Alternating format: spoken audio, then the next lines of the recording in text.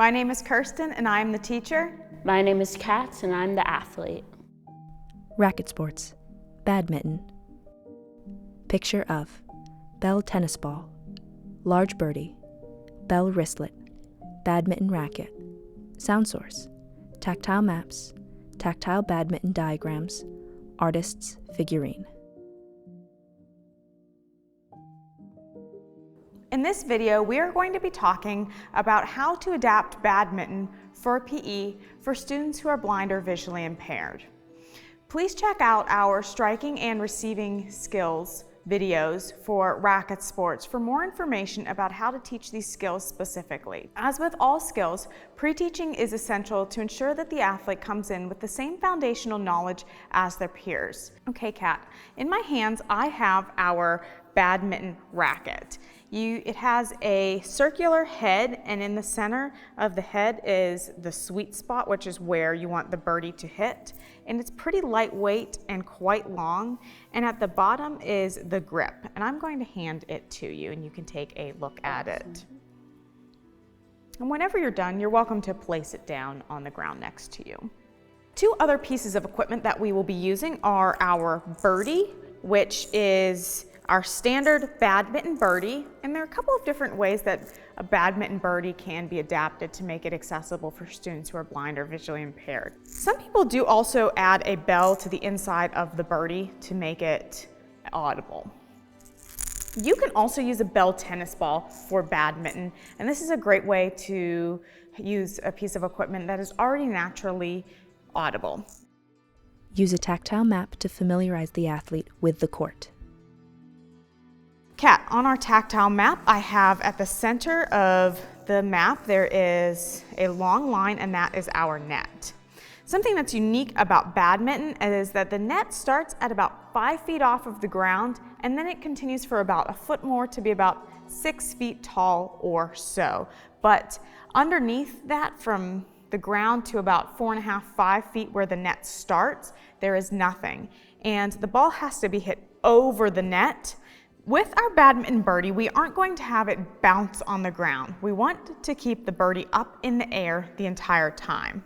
But to start the game, the person is going to hold the birdie upside down so that the feathers are at the top and the half dome is pointed towards the ground, and they are going to drop it just a little bit, and then they're going to swing their racket under the birdie to hit it up in the air and over the net. Use an artist's figurine with the athlete to demonstrate the movement. So similar to any other activity, they have an athletic stance with their knees a little bit bent, feet shoulder width apart. If this person is left-handed, they start with the birdie holding in their right hand, and the racket is pointed down with the head down towards the ground. They drop the birdie with their right hand, and you can feel along with me. And I'm going to swing their left arm through, and they swing the birdie, and you can hear their arm comes up in the air, and the birdie will go up over the net. Okay. Use tactile modeling to demonstrate the movement. You can feel how I have the birdie in my right hand, and I'm pinching it between my fingers and holding on to the feathers. And I have the half dome top pointing towards the ground.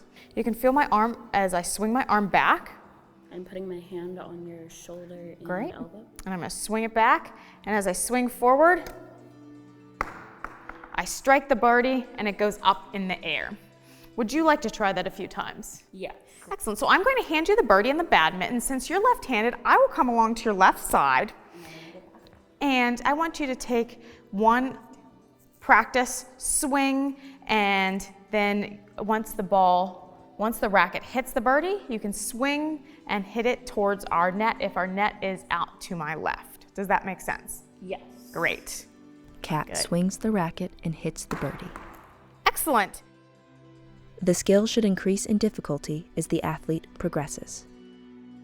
Badminton can be made even more accessible by adding bells to the net. You can also add a sound source at the bottom and center of the net to help the student orient to the net and know how far away from the net they are as they move closer and further away from the net.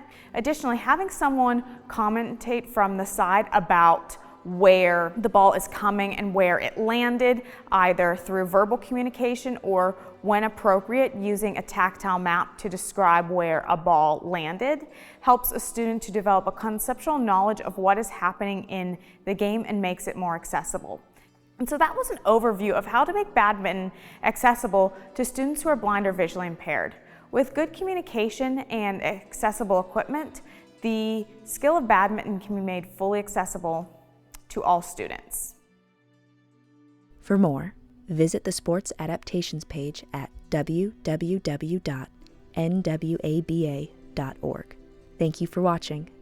Slide of NWABA logo.